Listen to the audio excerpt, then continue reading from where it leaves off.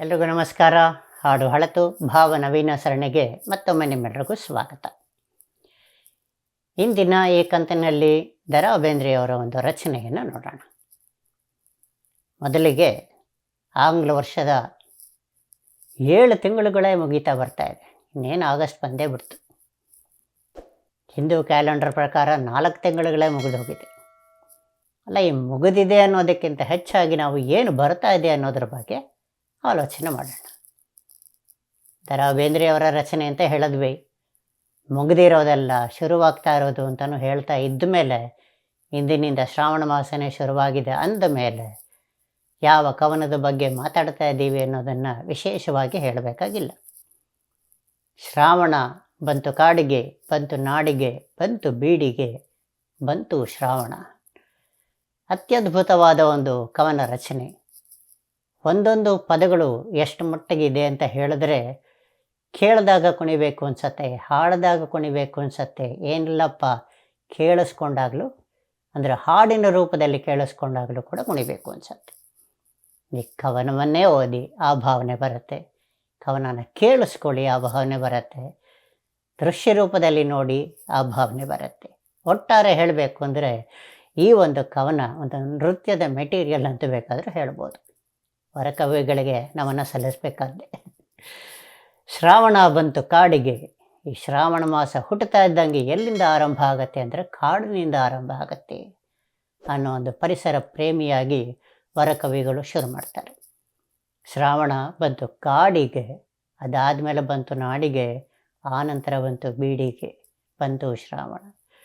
ಕಾಡಿನಲ್ಲಿ ಆರಂಭ ಆಗತ್ತೆ, ನಾಡಿಗೆ ಬರುತ್ತೆ, ಆಮೇಲೆ ಬೀಡಿಗೂ ಬರುತ್ತೆ ಅನ್ನೋ ರೀತಿಯಲ್ಲಿ ಹೇಳಿದಾಗ ಆ ಸಂಭ್ರಮ ಯಾವ ರೀತಿ ಪಸರಿಸ್ತಾ ಇದೆ ಅನ್ನೋ ಒಂದು ಯಾನದಲ್ಲಿ ನಮ್ಮನ್ನು ಕರ್ಕೊಂಡು ಹೋಗ್ತಾರೆ ವರಕವಿಗಳು. ಮುಂದೆ ಹೇಳ್ತಾರೆ, ಕಡಲಿಗೆ ಬಂತು ಶ್ರಾವಣ, ಕುಣಿದಾಂಗ ರಾವಣ, ಕುಣಿದಾವ ಗಾಳಿ ಭೈರವನ ರೂಪ ತಾಳಿ ಅನ್ನೋ ರೀತಿಯಲ್ಲಿ ಹೇಳ್ತಾರೆ.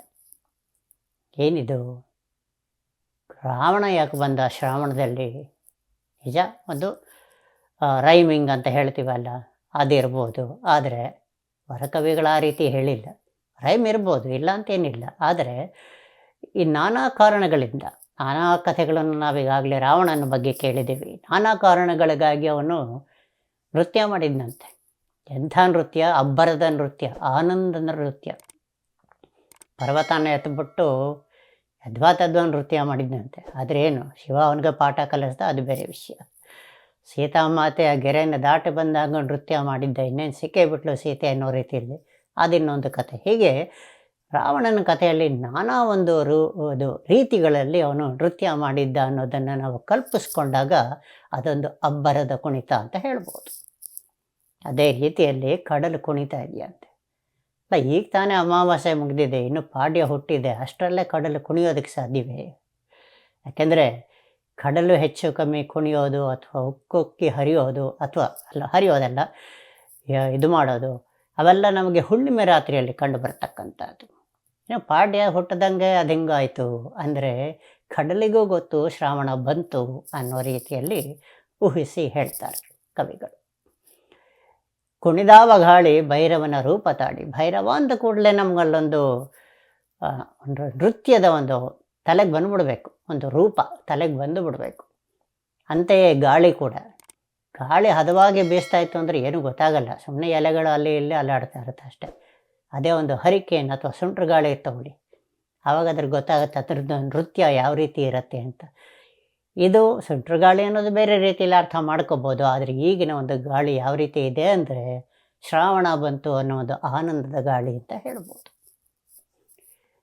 ಶ್ರಾವಣ ಬಂತು ಘಟ್ಟಕ ರಾಜ ಪಟ್ಟಕ ಬಾನು ಮಟ್ಟಕ, ಏರ್ಯಾವ ಮುಗಿಲು ರವಿ ಕಾಣೆ ಹಾಡೇ ಹಗಲು. ಯಾನ ಮುಂದುವರಿತಾ ಇದೆ, ಯಾವುದು ಶ್ರಾವಣದ್ದು. ಎಲ್ಲೆಲ್ಲಿ ಬಂತು, ಘಟ್ಟಕ್ಕೆ ಬಂತು, ರಾಜ ಪಟ್ಟಕ್ಕೆ ಬಂತು, ಭಾನುಮಟ್ಟಕ್ಕೆ ಬಂತು, ಅಂದರೆ ಎಲ್ಲೆಲ್ಲೂ ಪಸರಿಸಿ ಆನಂದನ ತನ್ನಿಂದ ಒಂದು ಹುಟ್ಟಿಸಿ ಎಲ್ಲ ಕಡೆಗೂ ಹರಡ್ತಾ ಇದೆ.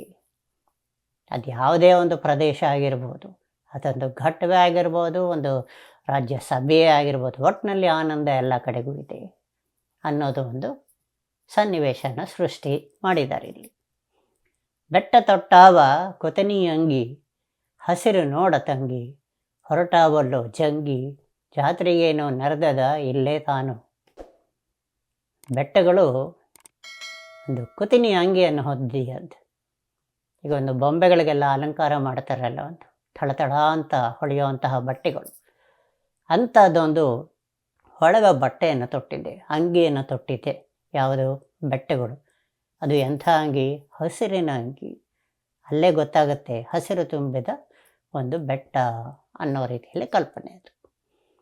ಅದಾದಮೇಲೆ ಹೊರಟಾವಲ್ಲೋ ಜಂಗಿ, ಎಷ್ಟು ಮಟ್ಟಿಗೆ ಅದು ಒತ್ತೊತ್ತಾಗಿ ಬೆಳೆದಿದೆ ಮರಗಳು. ಆ ಎಲೆಗಳೆಲ್ಲ ಕೂಡಿಕೊಂಡು ಒಂದೇ ಮರವೋ ಅಥವಾ ನೂರಾರು ಮರವೋ ಅರ್ಥವಾಗದೇ ಇರೋ ಥರ ಇದೆ. ಬಿಳಿಲುಗಳು ಬಿಟ್ಟಿದೆ, ಒಂದನ್ನೊಂದು ಅಪ್ಪಿ ನಿಂತಿದೆಯೋ ಅಥವಾ ಜಂಗಿ ಕುಸ್ತಿ ನಡೆಸ್ತಾ ಇದೆಯೋ ಅನ್ನೋ ರೀತಿಯಲ್ಲಿ ಇದೆ. ಇದಾವುದೂ ಅಲ್ಲಪ್ಪ, ಕುಸ್ತಿ ಯಾತಕ್ಕೆ ಬೇಕು, ಹೋಗಲಿ ಬಿಡು, ಒಬ್ಬರ ಮೇಲೆ ಒಂದು ಹೆಗಲ ಮೇಲೆ ಕೈ ಹಾಕ್ಕೊಂಡು ನಿಂತ್ಕೊಂಡು ಏನು ಜಾತ್ರೆಗೆ ಹೊರಟಿದ್ದಾರೋ ಅನ್ನೋ ರೀತಿಯಲ್ಲಿ ಒಂದು ಸಂಭ್ರಮವನ್ನು ಮರಗಿಡಗಳಲ್ಲಿ ನಾವು ಕಾಣಬಹುದಾಗಿದೆ.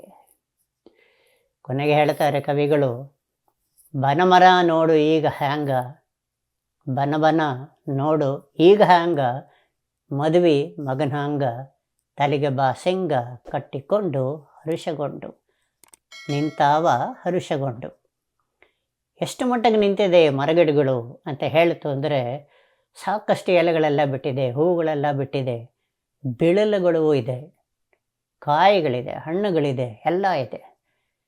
ಯಾವ ರೀತಿ ಅಂದರೆ, ಒಬ್ಬ ಮದುಮಗ ಡ್ರೆಸ್ ಮಾಡ್ಕೊಂಡು ನಿಂತಿರ್ತಾನಲ್ಲ, ಒಂದು ಪೇಟ ಕಟ್ಟಿರ್ತಾನೆ, ಅದಕ್ಕೊಂದು ಏನೋ ಒಂದು ಅಲಂಕಾರ ಬೇರೆ ಇರುತ್ತೆ, ಜೊತೆಗೆ ಒಂದು ಬಾಸಿಂಗ ಹಣೆಯ ಮೇಲೆ, ಎರಡೂ ಕಿವಿಗಳಿಗೆ ನೇತಾಡ್ತಕ್ಕಂಥ ಒಂದು ಏನು ಅರಿಶಿಣದ ಕೋಡು ಬಳೆಗಳು ಬೇರೆ.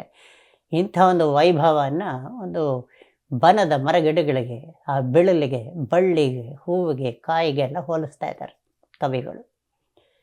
ಯಾವ ರೀತಿ ಮದುಮಗ ತಾನು ಹರ್ಷಗೊಂಡು ನಿಂತಿರ್ತಾನೆ, ಇನ್ನೇನು ಮದುವೆ ಆಗ್ತಾ ಇದೆ, ತಾಳಿ ಕಟ್ಟಲಿದ್ದೇನೆ ಅನ್ನೋ ರೀತಿಯಲ್ಲಿ ಹರ್ಷದಿಂದ ನಿಂತಿರ್ತಾನೋ ಆ ರೀತಿ ನಿಂತಿದ್ದೇವೆ ಅನ್ನೋ ರೀತಿಯಲ್ಲಿ ಮರಗಳು ಹೇಳ್ತಾ ಇದೆಯಂತೆ ಕವಿಗಳಿಗೆ. ಕವಿಗಳು ಮರಗಳ ಬಗ್ಗೆ ಹೇಳ್ತಾ ಇದ್ದಾರೋ, ಮರಗಳೇ ಕವಿಗಳಿಗೆ ಹೇಳ್ತಾ ಇದ್ದಾರೋ ಗೊತ್ತಿಲ್ಲ. ಒಟ್ಟಿನಲ್ಲಿ ನಮ್ಮ ಮುಂದೆ ಅಂತೂ ಆ ಒಂದು ಚಿತ್ರಣ ಬಲು ಸೊಗಸಾಗಿ ಬರೋ ರೀತಿಯಲ್ಲಿ ಕವಿವಾಣಿ ಹೇಳಿದೆ. ಶ್ರಾವಣ ಬಂತು, ನಾಡಿಗೆ, ಕಾಡಿಗೆ, ಬೀಡಿಗೆ, ನಮ್ಮೆಲ್ಲರ ಮನೆಗಳಲ್ಲೂ ಶ್ರಾವಣ ಬರಲಿ. ನಿಮ್ಮೆಲ್ಲರಿಗೂ ಶ್ರಾವಣ ಹಬ್ಬದ ಸಾಲಿನ ಶುಭ ಹಾರೈಕೆಗಳು.